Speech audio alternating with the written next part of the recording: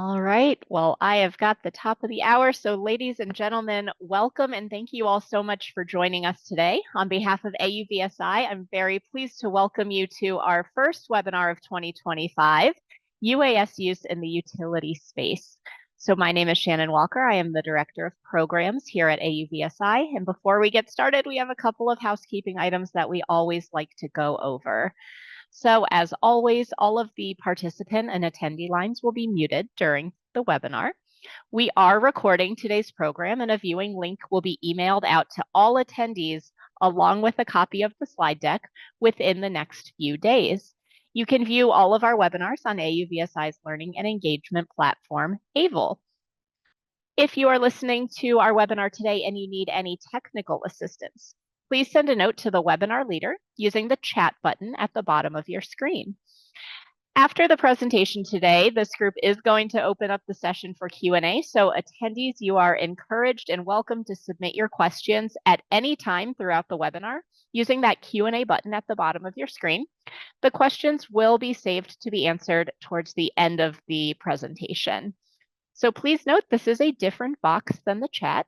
So just make sure you're submitting all of your content questions using that Q&A button, which can be found along that bottom bar. All right, well, let's go ahead and get started. We would really like to welcome back and thank Frontier Precision Unmanned for their support of today's webinar. And we are excited to have two great speakers, conveniently both named Nathan, here with us today.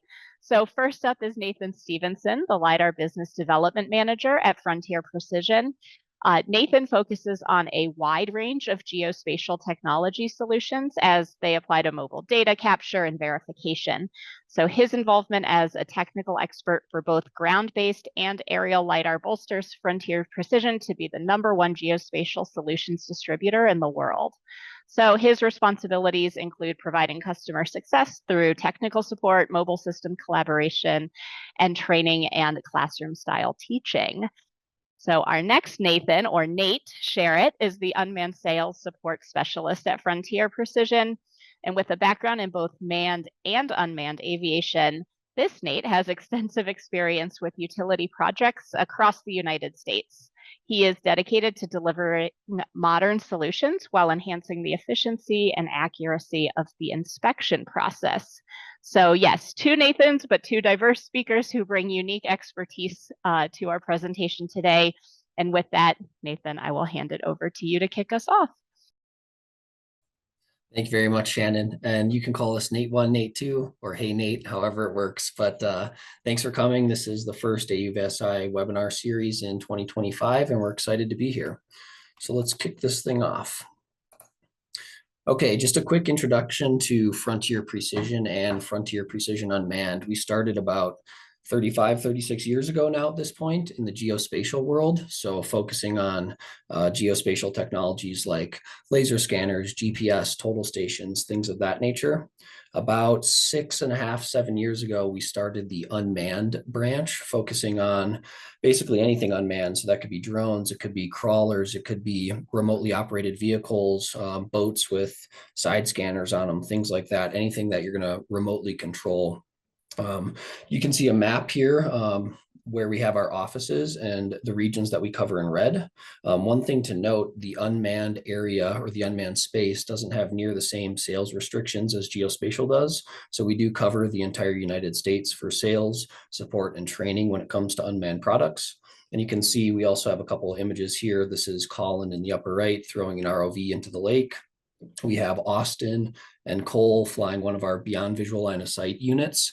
So just this last year, 2024 now, Frontier was awarded a beyond visual line of sight contract, or waiver, I should say, for very specific flights that we can do with docks. So we have docks here in Brighton, Colorado. We have 3 different docks on our roof, and we are approved to go beyond visual line of sight with those docks, no VOs, under very circumstances. So that's an interesting thing that we did in 2024. And then beyond that, we increased our staff significantly last year to cover the whole United States and to really bolster our presence in the market. So what we're going to be going over today, this is the UAS and the utility space. So we're going to be talking about mainly power poles, power lines, inspections, things of that nature. There's a lot more to utilities than just that, but we didn't want to boil the ocean. So we're going to focus kind of a more hyper focus on that specific category. So we're going to go over some UAS inspection methods, which Nate number 2 will go over, some routine and emergency inspections, and we have some pretty cool videos and features to show you with that. And then we'll circle back. I'll take back over and we'll do Lidar, extracting data, trying to get usable data from point clouds, and then measuring line clearances, which is a big thing, and also distance to vegetation and vegetation encroachment and power lines. And with that, I'll kick it over to Nate number 2. Thank you, Nathan. And we'll just get right into it. I'd say in the last 10 years, UAS have really become more and more involved in inspections of both utilities and infrastructure. Companies have found use for them inspecting solar fields, wind turbines, cell towers, and energy infrastructure. Today, we're going to focus on, like Nathan said, power lines for a lot of this presentation, but the same principles and similar equipment can be used across the industry. Next slide, please, Nathan.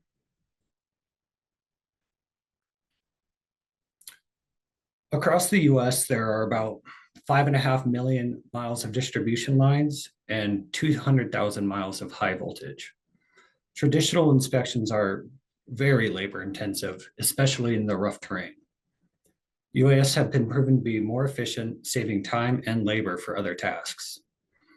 Inspections can be broken down into 2 main categories: your routine inspections and emergency inspections. Routine inspections are generally carried out every 1 to 5 years, depending on the area and conditions the line is in. And that being said, emergency inspections are definitely not set in stone and are generally done as part of a relief effort to restore power. Next slide, please. So these routine inspections can vary widely depending on the scope of the planned inspection. I personally have taken anywhere from 4 to 60 photos per structure, depending on the line type and data we are gathering. We're looking for things on the structure itself, like excessive splitting, leaning, and erosion around bases, especially in mountainous terrain. Then into insulator conditions, we're looking for things like damage, cracking, ensuring cotter pins aren't missing and backing out. And during this process, we find it best to have an aircraft capable of both RGB imagery and thermal. This way, in one go, you're also checking for any abnormal hotspots while collecting your standard imagery. Next slide, please. And right here, once we get a plan, we got a video of just a standard structure inspection. Excuse any misinputs during this. As you can see, it was pretty cold outside, so I was trying my best. This method I used we are using with a lot of inspections out with preformed line products based out of Cleveland, Ohio. They run inspections across the country, so I learned quite a bit from them working with them for a few years. The camera we're using here is the H20T on a DJI M350, but it can be used, or a lot of different aircraft can be used with this to get the same results.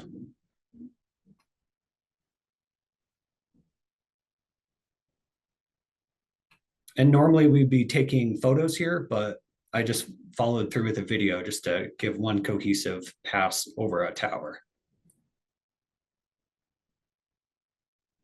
It's pretty nice with this camera and a lot of different of the zoom cameras. You can zoom in across, still see the cotter pins on the far side, and any other detail you might need to see, like insulator conditions. Make sure the lines are all good and connected. And then the structural supports as well.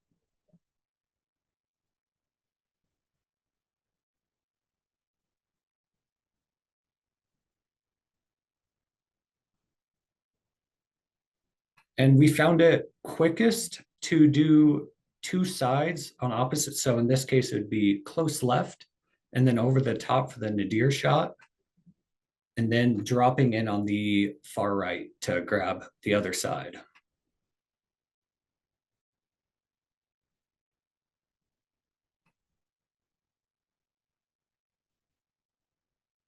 And with this, it really benefits a lot to have a camera capable of taking both that RGB and thermal. So you're able to do everything in one pass, not have to do 2 flights for one inspection.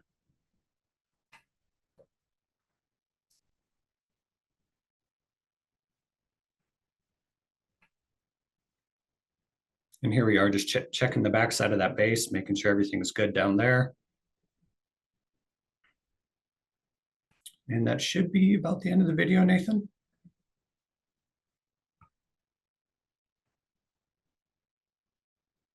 If you want a next slide, perfect. Well, in a perfect world, we wouldn't have to worry about this, but Mother Nature happens, of course. After any major event, our primary goal is to restore power to any affected communities. Linemen are called in to start the cleanup and repair process, but UAS can help in this situation as well. And we're looking for and finding the problem areas. Instead of detailed inspections, we're trying to cover as much ground as possible here. This can be done using the same aircraft as you normally would for normal inspections, or a larger fixed wing, something like the Stephenson, whose video we saw on the bottom right. Once power in the area has been restored, the best thing to do is to revert back to a standard inspection. And that way we're looking for any lingering damage and damage that might cause any future problems. Next slide, please.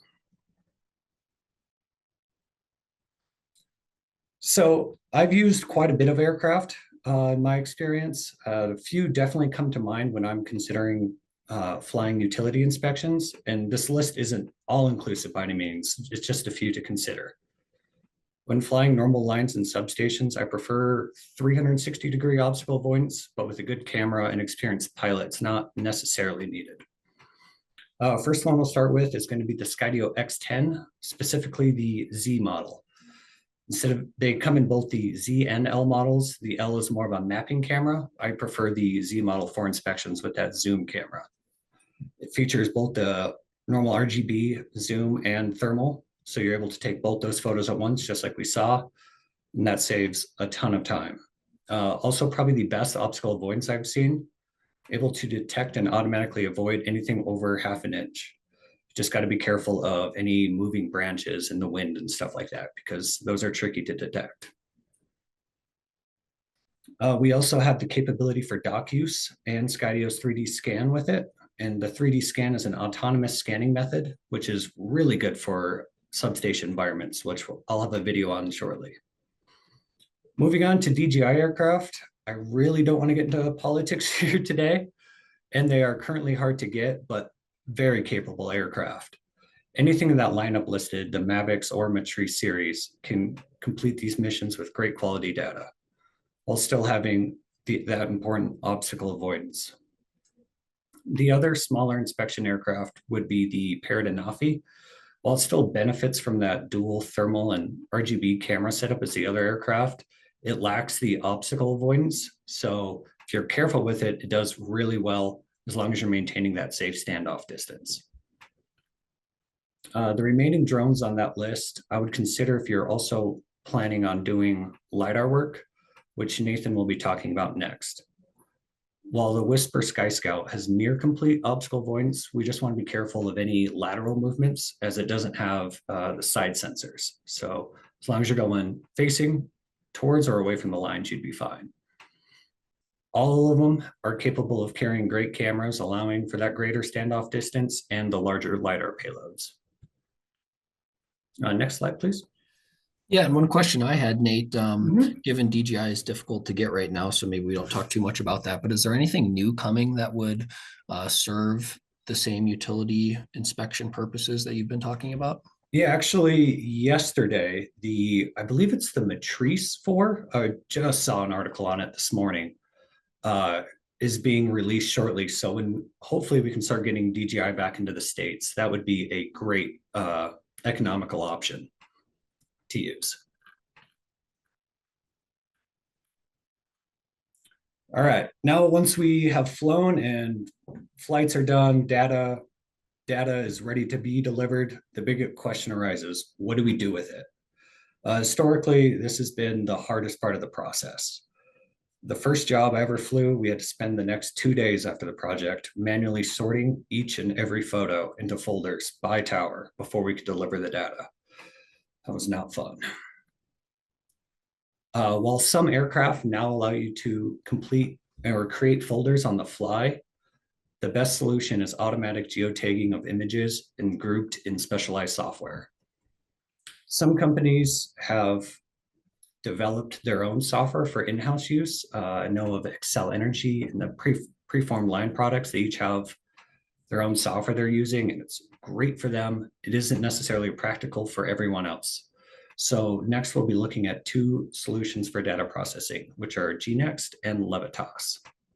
Next slide, please. And I want to make sure that's playing. Perfect. First off, we got GNext. It is a great tool for creating digital twins of assets. You can do 3D meshes, point clouds, as what we're seeing here. We can calculate distances on the bars, which I think they're about to show. It can annotate any defects or damage and add documents to your models for future planning purposes. It also has a new AI feature, which allows for automatic tagging of damage for human review. We'll let it play out here. One thing you're going to notice in these models is that the lines themselves aren't showing up very well. And this is just a drawback of photogrammetry in general. It just doesn't pick up too well with the contrast of the background. What Nathan's going to be going over next is Lidar, and that picks up those lines very well. And here we can see some annotations of damage and the measurement tools being used to assess the severity of that damage.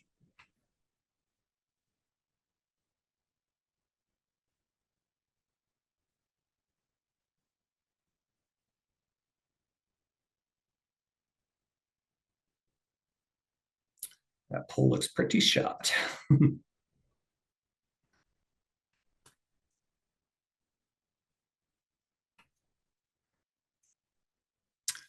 And moving on to my favorite part, the map view of this.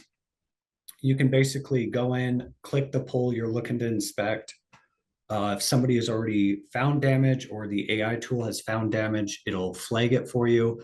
If not, you manually can go through and just do in-person inspections or inspections on here manually.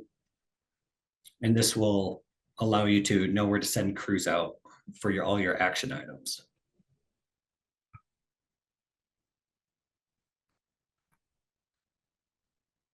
Perfect. Next slide, please, Nathan. Levitas is our second one, and their main goal is to bring human-in-the-loop AI inspections into the wider market. They have automatic detection of cracks and damaged or rotting structures and components. Their thermal anomaly detection is great at finding temperature differences between normal and abnormal, notifying you when the issue is detected. Next, we'll have a short video to showcase that software, and then I'll be handing off to Nathan for the Lidar portion.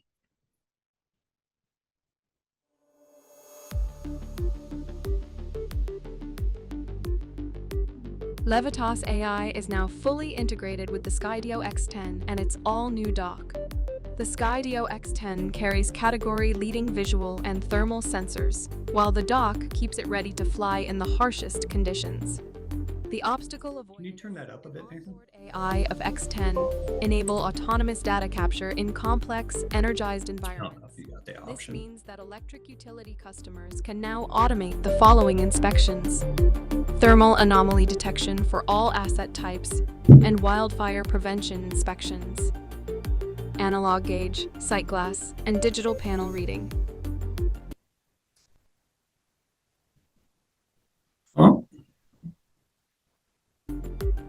Asset ID for facility walk-down inspections. Power pole and power line status inspection.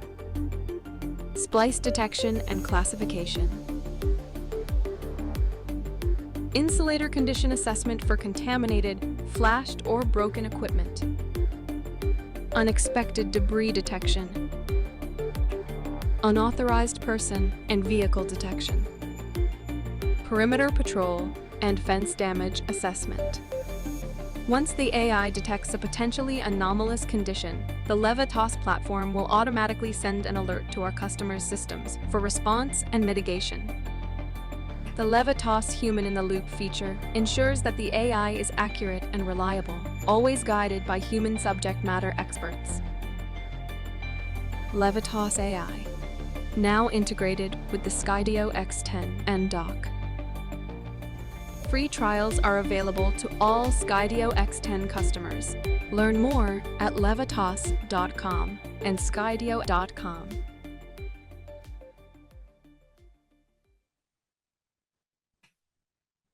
All right, Nathan, next slide and take it away. Yeah, and before I take it away, Nate, where do you see AI and things like GeneX and Levitas, those software platforms, in comparison to doing it more manually as you have done in the past?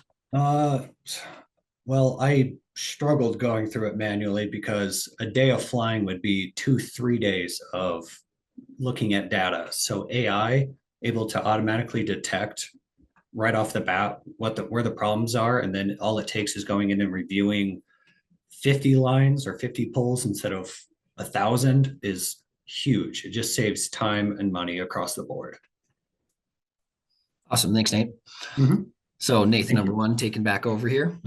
So I wanted to do, before we transition into vegetation encroachment and using Lidar for pole inspections and line inspections, I just wanted to do a quick brief overview of Lidar, since maybe we have some new users here. So Lidar is a direct remote sensing technology, meaning it produces its own light source as opposed to a passive remote sensing technology like a camera. So that's going to give us a lot of benefits. Number one, we reduce processing time, and typically we're going to have much more regular data with less ground control points. We're not at the point yet where no ground control points is the standard. We still recommend those. So we have efficient processing times. Most of the heavy lifting is done by the sensors in the field. And then obviously we do great through vegetation.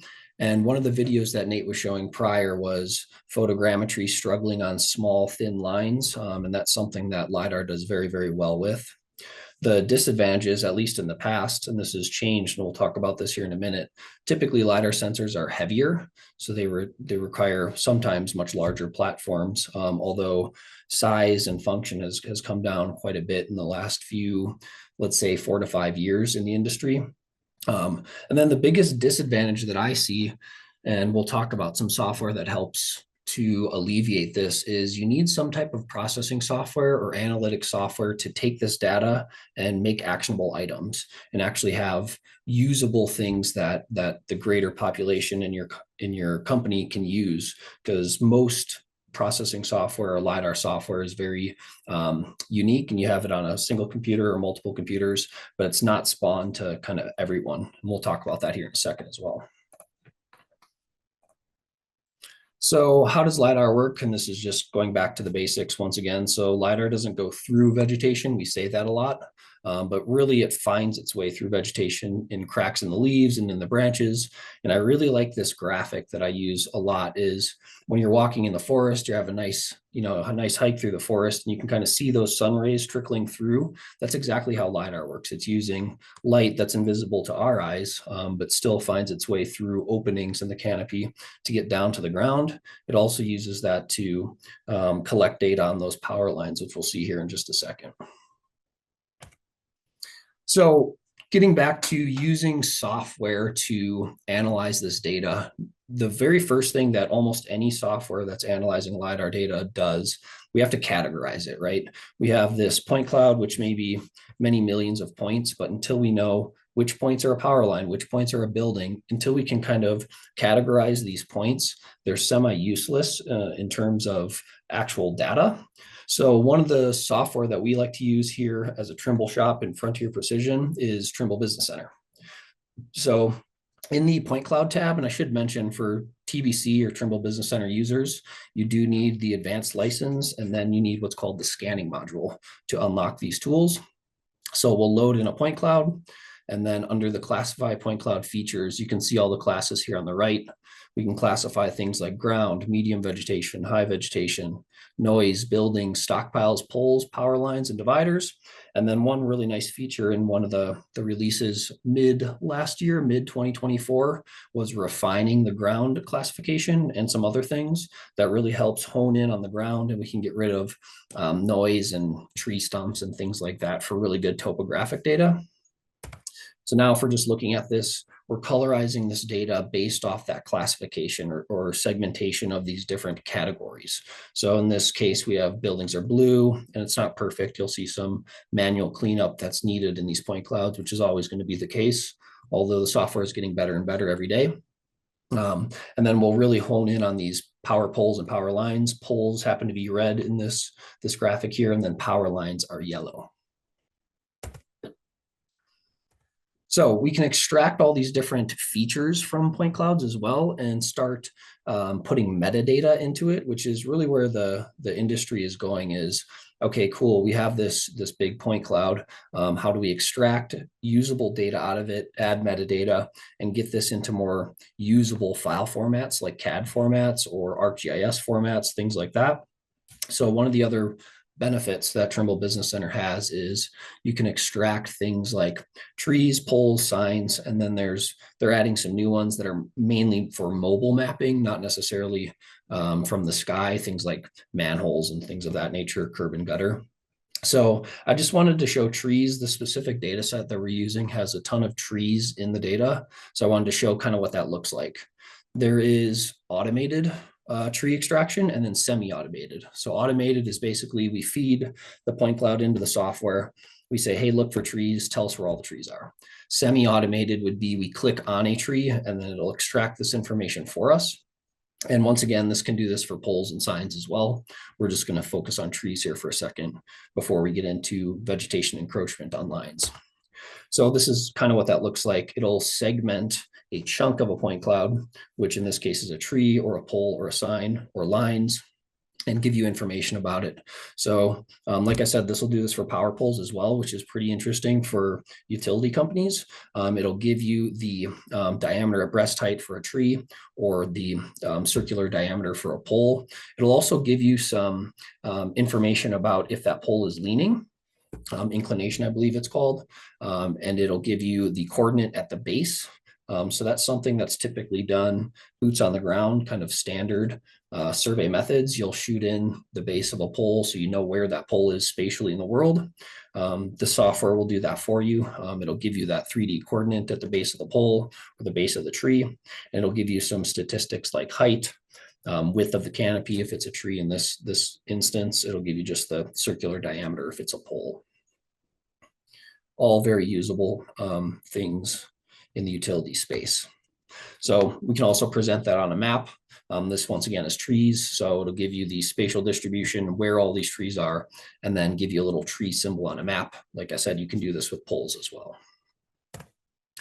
So this is kind of getting back into the utility space here, extracting power lines and proximity of those power lines to other features like buildings or poles or man-made objects is really a really important thing and really important knowledge to have for utility companies.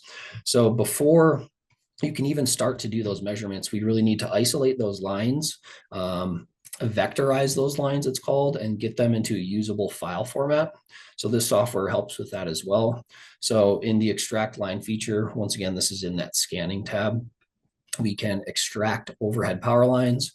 There are other ones here that don't really pertain to this webinar. So we're going to extract some overhead power lines. And in a minute, I'll play a video that shows how easy this is to do as well.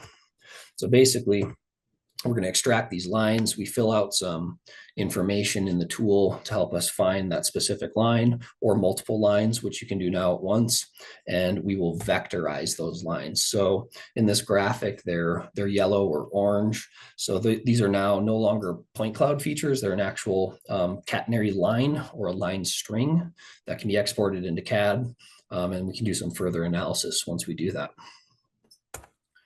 So this is just showing some initial statistics that this software can do before we jump over into a more utility-centric software. So we can do things like, what's the lowest clearance level as this line sags, which is interesting for clearances for trucks or anything that might be going under those lines. We can measure that in the software once it's been vectorized and extracted. So I'm going to play a quick video here too. So Trimble Business Center is a great survey-centric software and kind of a holistic software for analyzing point clouds and other spatial data. But what we really see is these specialized software that we're going to go into, the specific one's called LiPowerline, is really centric to power lines, just like the name implies, and extracting the usable, actionable data that we need to go out and fulfill work orders and where we see problems or where we see clashes with vegetation. So I'll play this real quick here. Green Valley International is a leading provider of turnkey LiDAR surveying systems and 3D mapping technologies. In 2019, LiPowerline processed a total of 15,000 kilometers of data. LiPowerline provides data post-processing and analysis tools for working with LiDAR point clouds and high-resolution imagery. It can automatically classify the transmission tower and power line points with its deep learning algorithms. What's more, the software provides both 2D and 3D profile tools to inspect and edit classification results.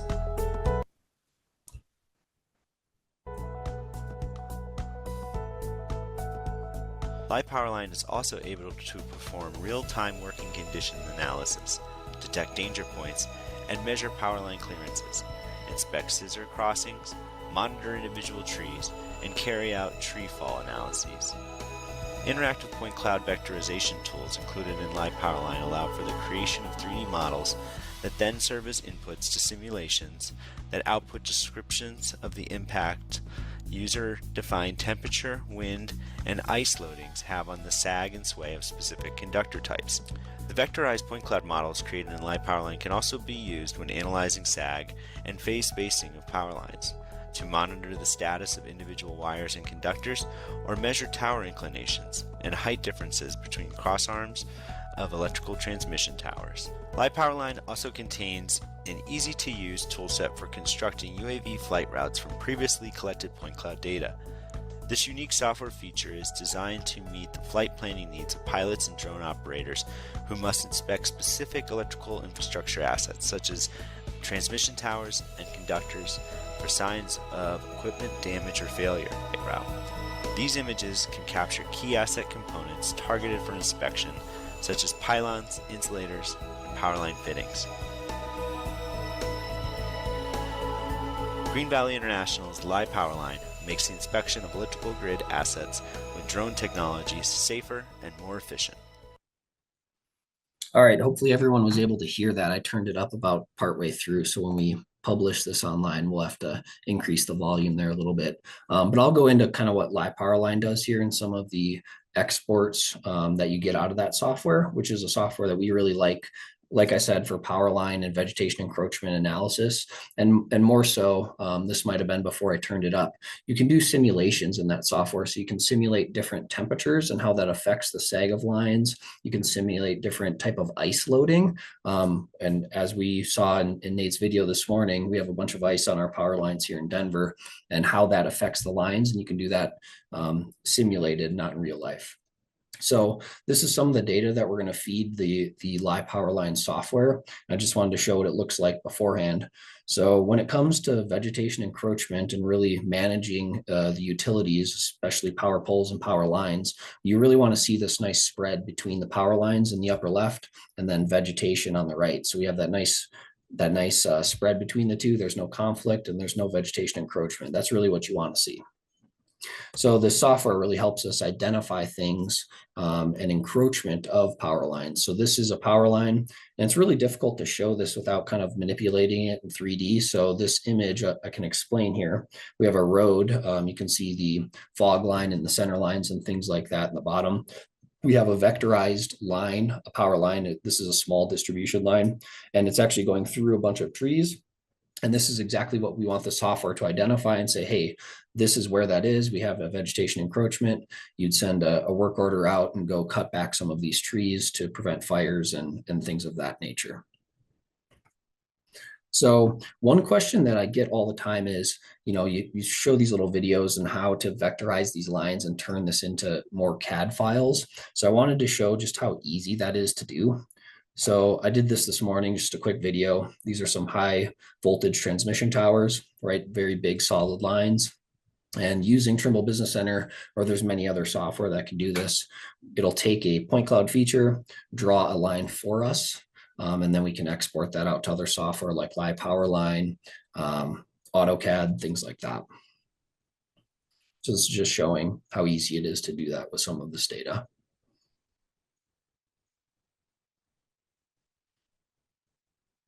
One nice feature too, and I mentioned this before, you used to have to extract each individual line. So you'd run this command, you'd run this tool, extract one line. One of the newer versions, you can extract multiple lines, and I'm going to show that here. So it says lines selected number 2. So I have 2 lines selected. Basically, it'll extract one, then it'll go to the next one, extract that one without running the tool twice. And I haven't found a limit to this. You could extract every single line that we see here. For this specific example, I'm just doing 2. So you see that purple going across the screen, that's the software grabbing the point cloud, vectorizing it into a CAD line. And then we can add some metadata like names. We can also add different layers for management of data. And then I don't show the export of this, but you can do standard exports like DXF and DWG, pretty standard exports in the CAD world. And then take this, what we'll call is kind of a heavyweight file. A point cloud file typically is heavier than most CAD data. And we can basically trim that down into megabytes instead of gigabytes. So this is just showing exactly how easy it is to extract some of these features. And there's our catenary curve, there's our power lines. And from that, we can edit these lines. We can add nodes, remove nodes, measure distances, things like that. This is also where you get the catenary curve or the sag of the line. This is how you make those measurements.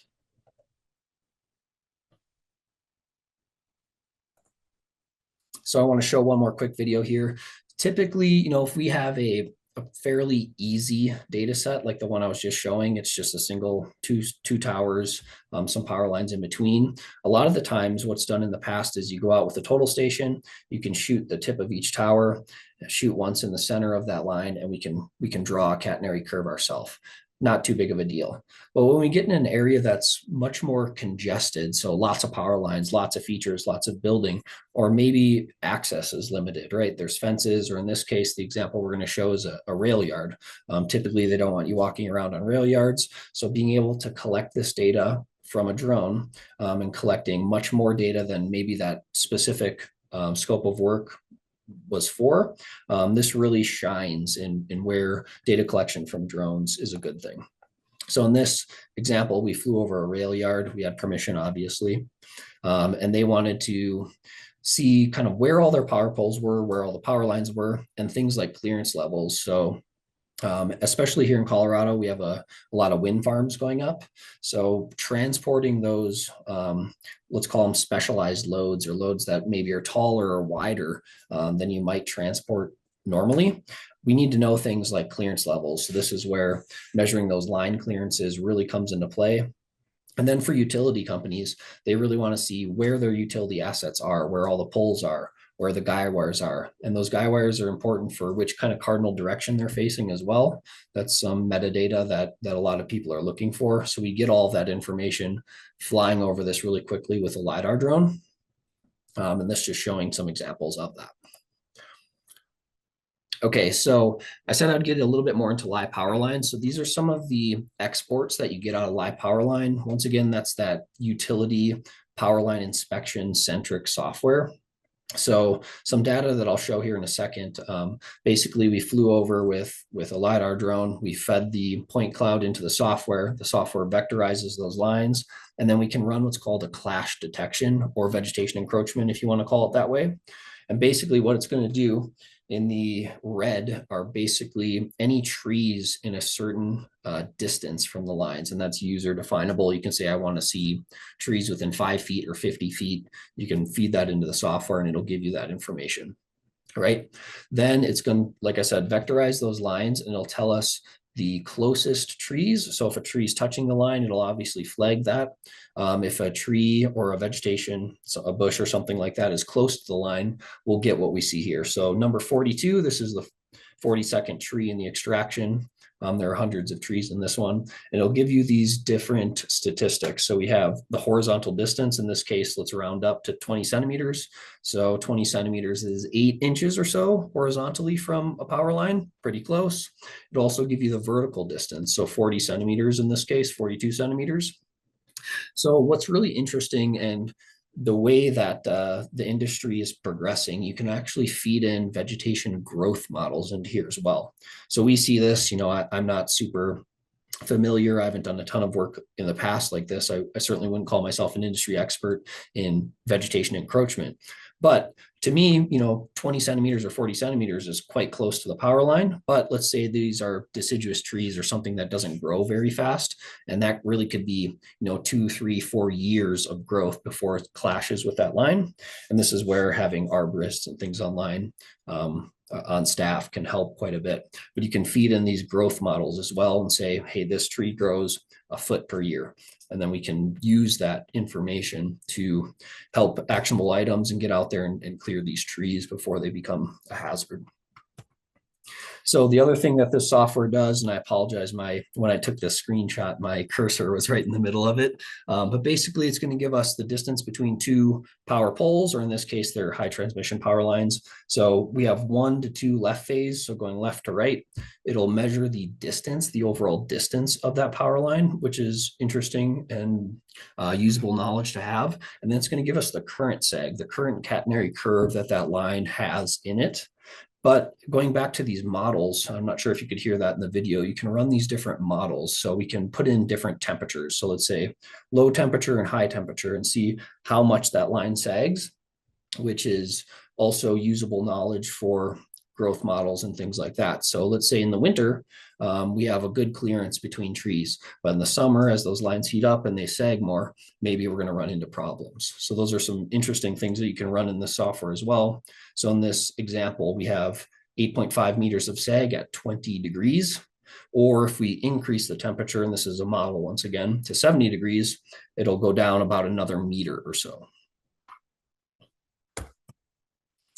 In this software, and I showed this in Trimble Business Center as well, it extracts trees. So obviously, in order to run these tools, we need to know what's a tree, what's a power line. But in doing so, we also get some additional information. So the number of trees, crown heights, average width, things like that you can run these cool reports in this software. Not necessarily in line with this webinar, but maybe more for forestry aspects. So there's some cool information there as well. So one cool thing that I want to shout out Frontier for, the industry kind of started with manned aviation, helicopters, planes, collecting Lidar and images for these purposes. Maybe 10 years ago or so, there's this big push into the unmanned space, drones, sensors got smaller, cameras got smaller, we threw them on drones. Now these sensors, which are small, are increasing in capabilities. So range, accuracy, precision, point density, so much to the point that we can now go back and forth between drones and helicopters. So this is a project that we did in Alaska. This is also the data that we're looking at. So here's 2 images. I can go back and forth. This is us putting one of our scanners on a helicopter. Like I said, it can go back and forth between a helicopter and a drone, which is pretty cool. This is us doing some initial vibration analysis testing. Obviously, that's a very important thing that we don't need to delve in today, but very important in aerial LiDAR. So that little red cap that you see, that's a safety cap, but that specific scanner is called the Yellowscan Explorer. Oh, this one's actually a Voyager, sorry, the Yellowscan Voyager. And it's lightweight enough that we can put it on a decent sized drone like a M600 or an Alta X, IF 1200, things like that. But then it has the capabilities and range of the scanning capabilities that we can then throw that same scanner on a helicopter. You can put them on, fixed wing planes as well, as long as they're not flying too fast. And here's some data. This is our maiden voyage, we'll call it. So this was done in Alaska, once again for power lines, basically things that are inaccessible to drones, or the length of the lines are inaccessible or cost prohibitive to drones. So we slapped that onto a A-Star helicopter, flew these power lines, And basically what Alaska Department of Transportation is using it for every few years, they need to go out and clear these lines in very remote areas. And I'm showing here, a drone could do this, but it might struggle from top to bottom. It was about 1,000-foot cliff. This is on the side of a mountain. Alaskans do it pretty wild out there. So this collected all the data they need, the lines themselves, the vegetation, and this looks really, really nice. These were just cleared last year. They cleared out all the vegetation, chopped down all the vegetation, and then every 2 to 5 years, depending on the growth models, they'll come out there and they'll do that same thing. So we kind of, I'll do a quick recap here. We looked at Nate number 2, was more in the imagery analysis and inspection and using some AI software, GeneX and Levitas, to help us analyze this mass data capture videos and pictures and things like that. And then I kind of brought us back into vegetation encroachment, and not just vegetation encroachment, but the location of power poles and power lines and some information about those. That will basically wrap up our presentation, and we can accept questions. I see a few coming in at this point. So Shannon, do you want to read us some questions, and either Nathan number 1 or Nathan number 2 can take those? No, absolutely. And just as a reminder to attendees, if you click that Q&A button at the bottom of the screen, you can submit your questions. We have a couple coming in already, so I will jump right in, but please go ahead and submit any lingering questions that you guys may have, even though you both covered this extremely well. So thank you so much for this presentation. Okay, first question that's come in. We've talked a lot about Lidar, obviously, so far. How many miles can you cover in a day using Lidar?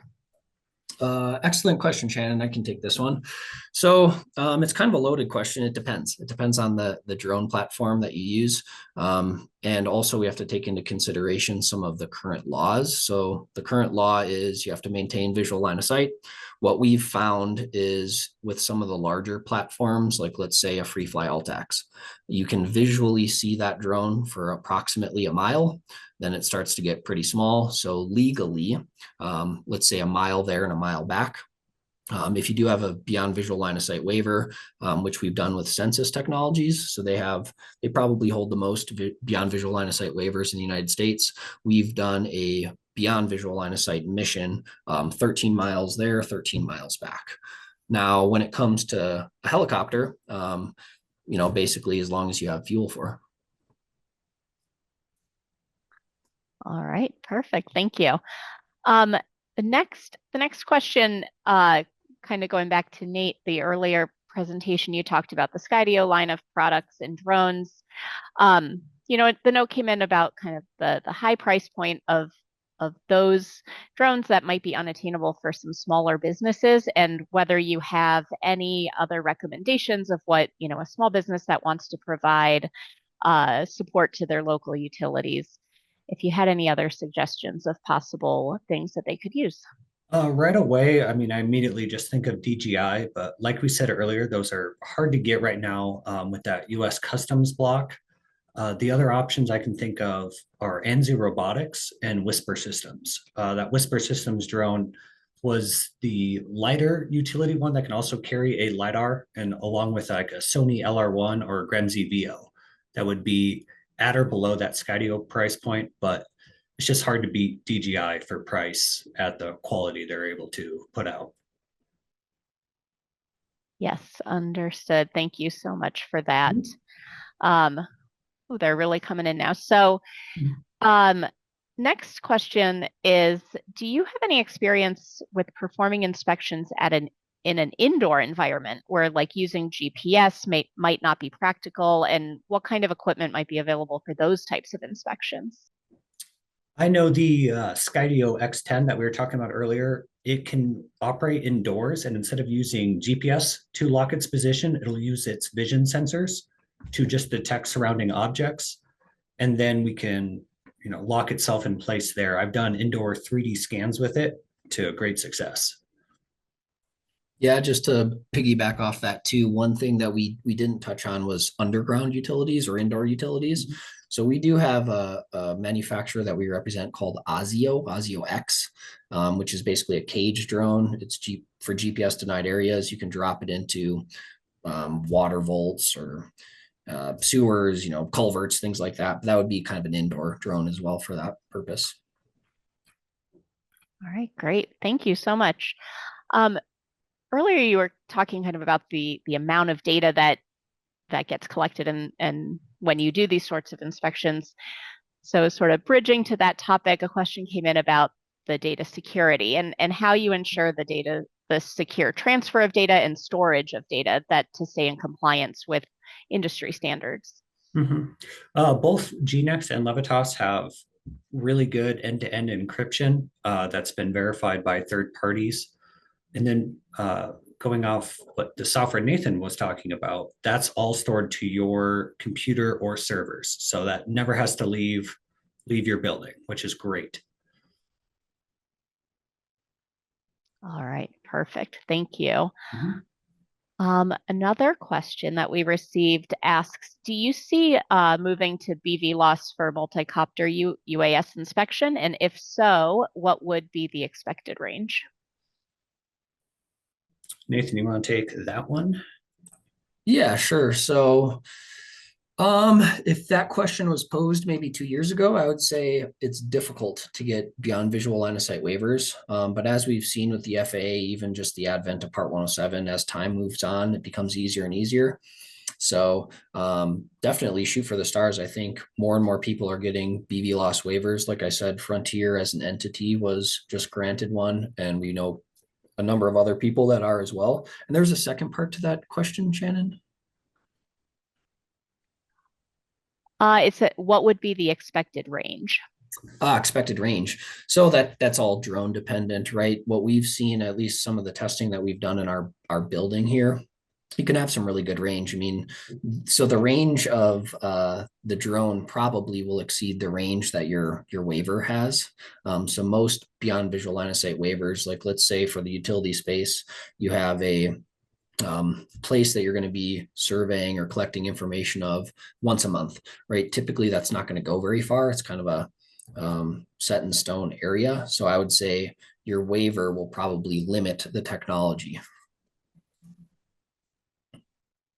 All right, perfect. Thank you. Kind of a little bit of shift off of the capabilities over to like the business development side of things. Kind of a high level answer that they're looking for on your thoughts towards a go-to-market strategy for potential inspection service provider, and asking, are all of the major power companies working in-house programs, or do they source out any inspections? And are there large contractors who leverage local or regional providers, to your knowledge? With that, I'm just aware of a couple companies using in-house software like Excel Energy around Denver all the way up to Minneapolis. They're using their own software. For an inspection service provider, I was working with Preformed Line Products a few years ago, and they do services around the country, and I worked with a ton of different power providers with them. So they would be a great resource for that. All right, perfect. Thank you so much.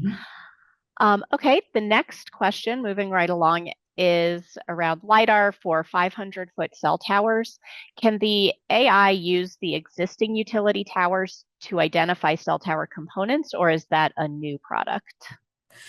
Great question. So all of those kind of smaller features, and Nate number 2 is much more well versed in this, but like cotter pins or T-bars or things like that, I would say LiDAR is maybe not the right application for that. Usually you're using images instead of LiDAR to identify those components and really their health or if they're failing or not.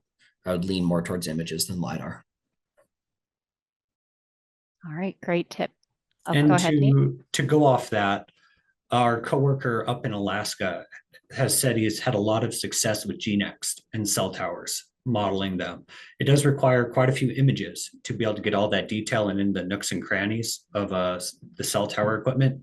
But if you can grab enough images, it makes fantastic models. All right, very good to know. Thank you. Okay, next question that came in is asking, how do you balance flight planning for imagery needs with the flight planning for regulatory compliance? 1, 2, which one, Nate? Okay, number 1. Interesting question. So that's been the bane of anyone that flies drones. You know, you do all this planning in the office, you get out there and there's a 200-foot ceiling and you can't fly the way that you wanted to fly. So my only experience in this is I like to use a software called Universal Ground Control Station, or UGCS. You can actually overlay all the different flight boundaries. So like, let's say you're too close to an airport or a school or a jail or things that are flight restricted. You can overlay those on a map ahead of time while you're doing your flight planning. And that specific software supports many drones. I don't know the number, let's say 50, but many of the major industry drones it supports for flight planning. And like I said, you can overlay those flight restricted areas on a map ahead of time. Right, perfect. Thank you. Okay, a question came in about training and learning more. So how would anybody interested in learning these skill sets be able to get training? All right, I can take this one too, Nate. So that's the great thing about Frontier. Not only do we provide the hardware and the software necessary for the different manufacturers that we represent, but we provide full-on in-person training as well. Sometimes we can go to your facility, you can come to our facilities. We have offices that you saw on that maps kind of scattered throughout the US. So we do provide full end-to-end training on any of the hardware and software that we support. Well, that's fantastic. Thank you. Okay. What timeline do you see automated drone-in-a-box inspection becoming more widespread? Well, right now, I'd say the main holdup with them becoming widespread is regulations. It's that BV loss. You could have a drone in a box, but if you don't have a waiver, you got to be standing next to the box. It is becoming easier and easier, and hopefully we're seeing more regulations come out this year that allow drone in a box to become more practical and easier to apply for, get waivers, set up, and use as they're intended to be used. Excellent, thank you. Going back to the GNext and Levitas, do those feature any free versions of their software? They don't feature like full free versions, but both softwares have demo versions where they will work with you to ensure it's going to be the right fit for you. You can upload some of your data, get the results back, and do a small assessment to make sure.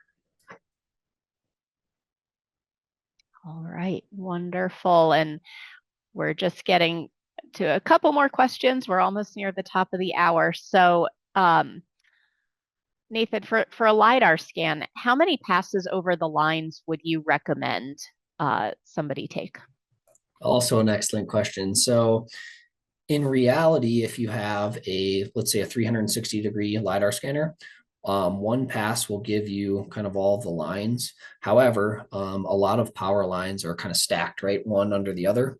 So sometimes when you're flying directly overhead, you'll get the top of the line, but not the lines that are stacked under it. So typically we'll recommend flying in parallel to those lines, one on either side, one there, one back. Perfect, thank you. And I think we have time to squeeze in one last question before we wrap for today. So I'll ask, this next question is, how long does it take to inspect each structure? That really depends on how much data you're looking to collect. If you're just trying to grab data of lines and insulators, it can be as little as 4. But if you're trying to get models of each tower, that's when it'll go up to probably about 60 photos. So on the low end, minute or 2, high end, probably 10 minutes of structure, if you're going for that high detail model of each.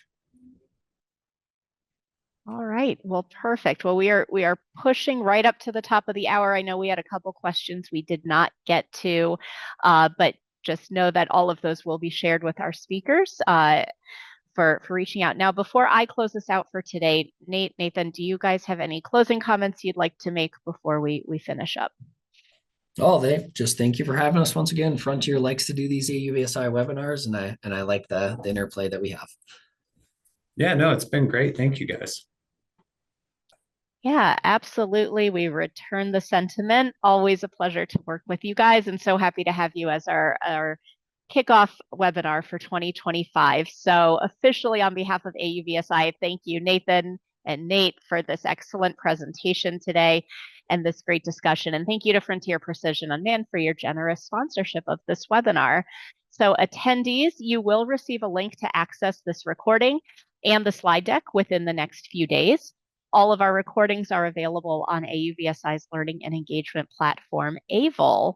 So if you have any additional questions or comments for our team, please feel free to email us at education@auvsi.org. And lastly, today's program is copyrighted by AUVSI with all rights reserved. So thank you all for joining us. I hope you all had a happy new year, and we hope you have a wonderful rest of your day.